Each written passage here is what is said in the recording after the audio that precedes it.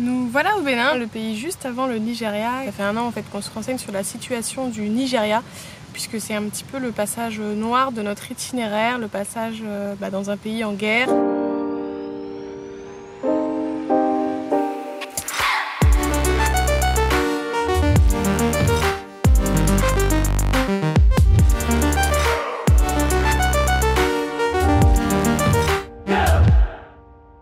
On n'est pas trop serein à l'idée de traverser le Nigeria, mais voilà, ça fait un an qu'on se renseigne, qu'on suit le sujet, qu'on parle avec beaucoup de voyageurs, on a un lien avec tous les voyageurs qui passent par le Nigeria, du moins tous ceux qu'on trouve. Et donc là aujourd'hui nous sommes à Cotonou et donc on attend un autre couple de retraités qui ont un gros camion pour traverser le Nigeria ensemble, puisque donc pareil ils sont pas très rassurés et donc on préfère passer à 2 véhicules, comme ça en cas de problème voilà, on pourra s'aider et puis c'est quand même un petit peu plus rassurant. Pourquoi le Nigeria c'est compliqué? Alors il y a plusieurs raisons. La raison principale c'est que du coup il y a Boko Haram qui est sur le territoire, dans le nord du territoire, et donc les risques terroristes sont plutôt très importants. Luc et Pascal Nil ont un gros camion. Et donc eux apparemment passent assez facilement un petit peu partout, donc l'idée serait de passer avec eux comme ça. Nous on est un petit peu plus furtifs pour passer et eux pourraient nous tracter si on reste bloqué. Enfin, on pourrait être assez complémentaires. Ils ont l'air très sympas, donc on va essayer de voir si on peut passer les 15 prochains jours ensemble pour avoir nos papiers pour quitter le Bénin et entrer au Nigeria, traverser le Nigeria et rejoindre le Cameroun. Donc si vous voyez cette vidéo, c'est que nous avons pu traverser le Nigeria en toute sécurité. On espère que tout va bien se passer. On n'est pas on est plutôt confiant. Il y a d'autres voyageurs qui passent. Si on le fait, c'est qu'on a beaucoup réfléchi et que ça, normalement, il n'y a pas de problème. Voilà, on va essayer de passer par la voie terrestre. Je pense que ça va être quand même beaucoup moins compliqué que le shipping. Il paraît que le Nigeria est très accueillant et que c'est un super pays, mais on va pas trop visiter. On va traverser, on va faire notre itinéraire, dormir dans des hôtels tous les soirs ou dans des endroits sécurisés. On va tracer. Et puis le maître vaudou nous a dit que tout se passerait bien, donc on y croit.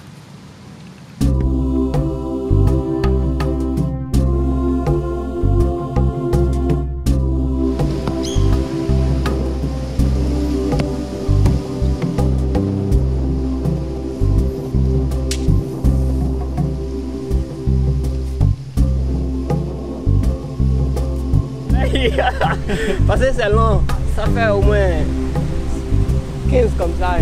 15 mètres. Si on ne sait pas monter, bon, tu tombes en même temps. Parce que c'est le bras qui accroche. Ça frotte sur les bras. Voilà. Ouais, ok. Aujourd'hui est un grand jour. On est heureux. Alors, petit récapitulatif de l'histoire. Donc ça fait 6 mois qu'on suit en ligne sur sur des WhatsApp de voyageurs, etc. Comment traverser le Nigeria, surtout comment avoir les visas. Et en fait, c'est impossible d'avoir les visas dans les ambassades, donc à Cotonou, dans les pays avant. Et depuis 3-4 mois, il y a une petite procédure qui vient de sortir, nouveau concept. C'est en fait de demander à l'immigration nigériane, donc d'envoyer par mail une demande pour pouvoir avoir le visa à l'aéroport.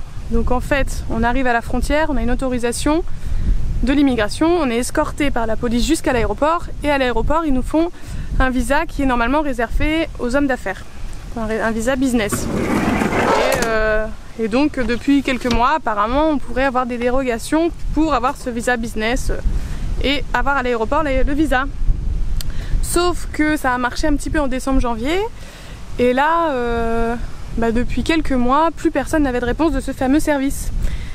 Et une autre alternative était sortie, c'est qu'une agence donne ce document moyennant 200 $ par personne, donc un peu moins de 200 € par personne, soit 400 € par couple.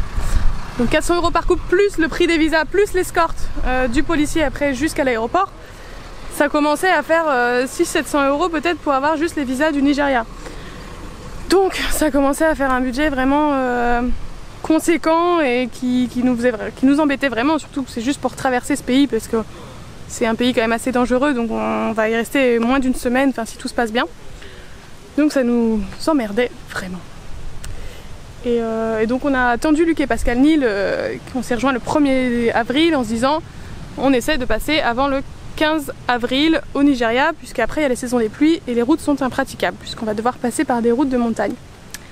Donc, 1er avril, on envoie par mail notre demande de lettre d'approbation pour cette fameuse procédure. Pas de réponse après une semaine. Alors déjà, on s'est pointé une première fois à l'ambassade du Nigeria pour voir si c'était possible d'avoir les visas. On savait que non, mais bon. Ils nous ont confirmé qu'on pouvait essayer en ligne d'avoir la procédure, mais qu'eux n'avaient aucun pouvoir là-dessus. Donc on a envoyé le mail. Une semaine plus tard, on se repointe à l'ambassade. Il nous dit, bah écoutez, moi je peux rien faire. Donc il nous donne une autre adresse mail à qui renvoyer. Toujours pas de réponse. On se repointe 2 jours plus tard, parce que c'est marqué en ligne qu'on doit avoir une réponse sous 48 heures. On se repointe 2 jours plus tard. Le mec de l'immigration, franchement, commence à être vraiment adorable et aidant. Il nous dit voilà que il a réussi à appeler le service, mais bon, 2-3 jours plus tard, ça ne bouge toujours pas. Et quelque chose d'incroyable, c'est qu'on était avec Anatole sur un beau milieu de Cotonou, sur un parking, et d'un coup, le mec arrive et nous dit « Vous me reconnaissez? J'ai besoin de votre attention. » On ne le reconnaissait pas. Et là, il me montre la photocopie de mon passeport, ça fait un peu flipper. Et en fait, c'était le gars de l'immigration du Nigeria qui voulait avoir de nos nouvelles et qui voulait nous contacter. Et qui disait que voilà, il avait le service d'immigration leur avait répondu et leur disait qu'ils n'avaient pas reçu nos mails. Bon, on est 10 voyageurs à avoir envoyé 10 mails différents et d'avoir relancé 2-3 fois. Mais bon, ils n'ont pas reçu nos mails. Donc on renvoie immédiatement. Et donc là, cette fois-ci, le lendemain matin, on retourne à l'ambassade pour avoir plus d'infos. Donc on arrive à avoir le numéro de téléphone personnel de l'agent des visas de l'ambassade à Cotonou. Et donc là, on est en lien depuis. Donc hier soir, on lui a envoyé un mail comme quoi on n'avait pas de nouvelles. On était jeudi soir, donc on voulait absolument avoir notre lettre avant vendredi pour partir samedi et pas attendre le lundi. Et donc il nous dit oui, je suis en lien avec eux. Ils vont s'en occuper, donc on était plutôt rassurés. Ce matin, donc vers 10-11 h, on lui dit qu'on n'a toujours rien pour être sûr qu'il presse un petit peu tout le monde dans la journée. Et là, tadam, on a reçu notre lettre. Donc on a économisé 400 $. Et en plus, on a une lettre officielle sans devoir passer par une agence. Donc là, on est les plus heureux du monde. C'est vraiment une énorme économie de fête. Et donc on va pouvoir partir pour le Nigeria demain matin, donc samedi 13 avril à la 1er heure. Alors ça fait quoi d'avoir la lettre? On est comme des fous, franchement c'est un truc de ouf. Ça fait une semaine qu'on s'acharne à retourner tous les jours à l'ambassade et voilà, là c'est parti, l'aventure peut reprendre. Ça fait une semaine qu'on est là. Une semaine? Ça fait 15 jours. Ouais, 15 jours qu'on est là, qu'on est à Cotonou et qu'on est coincé. Et là, c'est vraiment une délivrance pour nous. Après, il nous reste pas mal d'aventures parce que la traversée du Nigeria, ça va être assez costaud. On va devoir rouler assez vite parce que y a des problèmes de sécurité. Et puis, le passage entre le Nigeria et le Cameroun va être très compliqué parce que la frontière principale est fermée pour les touristes. Donc, on va devoir passer par des petites pistes de montagne, traverser des rivières et tout. Donc, voilà, on appréhende un peu, mais on est content que l'aventure puisse redémarrer. Et du coup, c'est parti, demain matin. Let's go, Nigeria! Bon, du coup, on est beaucoup de voyageurs bloqués à Cotonou, donc en 15 jours, c'est passé vraiment très vite parce qu'avec Luc et Pascal, on s'entend super bien, donc on passe tout notre temps ensemble. Et en plus, on a tous les jours quasiment la visite de nouveaux voyageurs, donc ça fait 15 jours qu'on est dans ce spot gratuitement. Et donc on a rencontré des voyageurs à pied, des voyageurs en moto, des voyageurs zimbabwéens, des voyageurs américains, des voyageurs français, des voyageurs néerlandais, des espagnols, enfin voilà, de tous les véhicules. Donc on a pu visiter plein de véhicules, rencontrer plein de gens sympas. Donc ça c'est quand même le point positif, c'est que voilà, on est tellement peu de voyageurs sur la route en Afrique que dès qu'on a une galère, on s'entraide tous et on se rencontre tous et on passe des super moments. Et ça c'est vraiment chouette. Et là derrière moi il y a un autre couple super chouette qui viennent d'arriver, là ça fait 2 jours qu'ils sont avec nous. Et donc eux par contre remontent vers la France, ils sont descendus jusqu'au Bénin, ils remontent, mais donc voilà, le temps est quand même passé très très vite et ça c'est super. Donc on a quand même le moral et là on est vraiment heureux et content de reprendre l'aventure. Avant de reprendre l'aventure, je voulais te présenter notre plan pour traverser le Nigeria.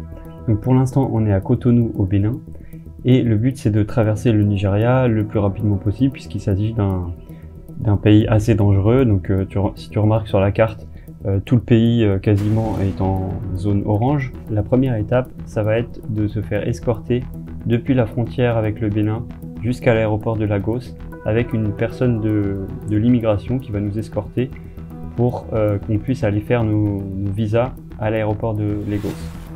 Ensuite, le but, ça va être de tracer le plus vite possible vers le Cameroun, mais la frontière principale qui se situe à Ekok, entre le Nigeria et le Cameroun, est très très dangereuse puisque c'est là où il y a une guerre civile entre les anglophones et les francophones au Cameroun.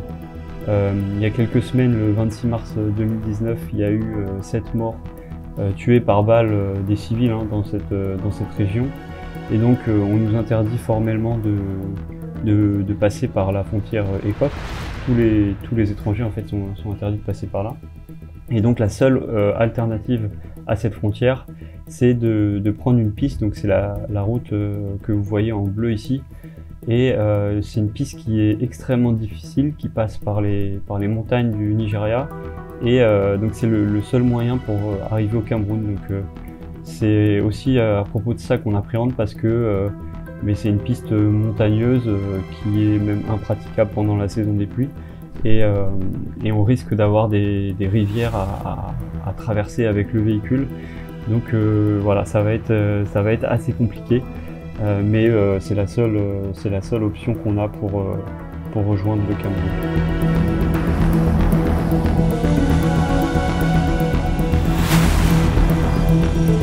Et on est arrivé à la frontière du Nigeria. Je crois qu'on a un petit peu tous les deux la boule au ventre. C'est le début, là on va faire toutes les formalités. Et c'est un peu une étape clé de notre voyage parce que le Nigeria, on a peur depuis des mois. Et là ça y est, on rentre dedans, C'est ici ou là? on va y aller. Donc je sais pas. Ah, j'ai une boule au ventre. Pourquoi? J'ai peur.